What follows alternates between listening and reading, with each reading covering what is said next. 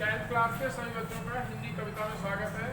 आज हम 87 number page पर कवि सुमित्रानंद पंत जी द्वारा लिखी गई चींटी कविता, जो 5वीं कविता है आपकी कविता में, उसे हम पढ़ने जा रहे हैं। इसे आप ध्यान से सुनेंगे और अपने शब्दों में इसे भावार्थ के रूप में लिखेंगे। इसका संदर्भ ये है कि प्रस्तुत पंक्तियाँ हमारे पाठ्य पुस्तक हिंदी काव्य के चींटी नामक पाठ से ली गई हैं। इसके रचयिता कविवर सुमित्रानंद पंत जी हैं। सुमित्रानंद पंत जी बहुत ही ज़्यादा अच्छे प्राकृतिक कवि थे, जिनका जन्म अल्मोड़ा में हुआ था, कौसानी के पास। इन्होंने चींटियों को देखा तो ध्यान दिया कि एक के पीछे एक सैकड़ों हजारों चींटियाँ चलती रहती हैं और ऐसा लगता है जैसे कोई धागा जैसा कोई खींच रहा हो, हल्की हल्की लाइन नहीं टूटती उनकी। तो उसी को देखकर इन्होंने इस कविता को लिखा है 10th क्लास के बच्चों के लिए कि हमने भी इन सामाजिक प्राणी के रूप में इन चींटियों के साथ, उनकी यूनिटी के साथ कुछ ना कुछ सीखना है। वे कहते हैं कि चींटी को देखा। 10th क्लास के बच्चों, क्या तुमने चींटियों को देखा है? वह सरल बिरल काली रेखा, वह बड़ी ही सरल, खंड ना होने वाली, एक दूसरे से सटी सटी काले रंग की रेखा जैसी चलती है। तम के धागे सी जो हिलडुल, वह काले रंग के, तम माने काला, अंधकार, काले धागे के रूप में यह एकदम आगे की ओर हल्की हल्की हिलती जुलती छोटे छोटे पैरों से आगे की ओर बढ़ती जाती है। चींटी को देखा।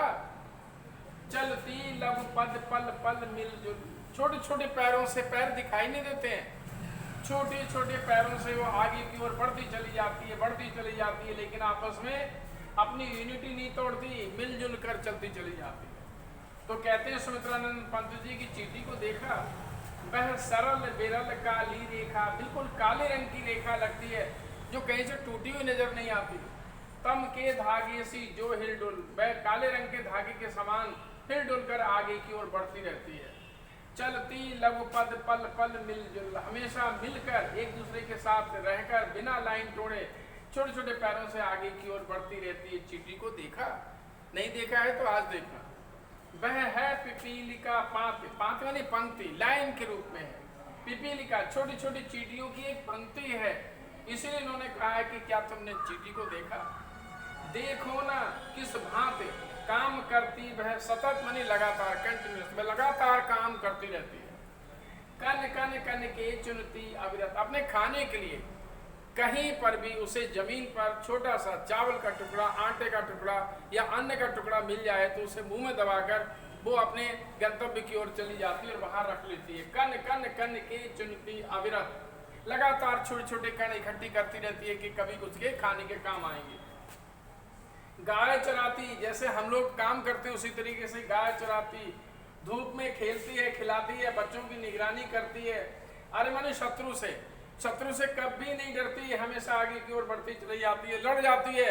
हाथी तक चींटी से घबराता है, इसलिए चलते समय सूंड से सूंघता जाता है, फूंक मारता जाता है कि चींटी न काट। दल के दल सेना संवारती, घर आंगन जनपथ गुहारती, जब पीछे से लाइनें आती हैं तो इनके लिए सफाई करती चलती है। चींटी है सामाजिक प्राणी, चींटी हम लोगों की तरह ही सामाजिक प्राणी है, समझदार है, इसलिए उसकी यूनिटी नहीं टूटती, हमेशा मिलजुल कर चलती रहती है। कहते हैं कि चींटी को देखा। वह श्रमजीवी, अपने आप मेहनत करने वाली है। वह सुनागरिक, एक सभ्य नागरिक है, बगैर बात के किसी को नहीं काटती। देखा चींटी को, आगे क्वेश्चन मार्क लगे हुए हैं। ये कविता आप और पढ़ेंगे तो और अच्छा लगेगा आपके लिए। तो इसमें संदर्भ, प्रसंग और भावार्थ लिखकर अगर कोई परेशानी आती है, हमारे नंबर और चैनल दिया गया है, इस पर आप संपर्क कर सकते हैं।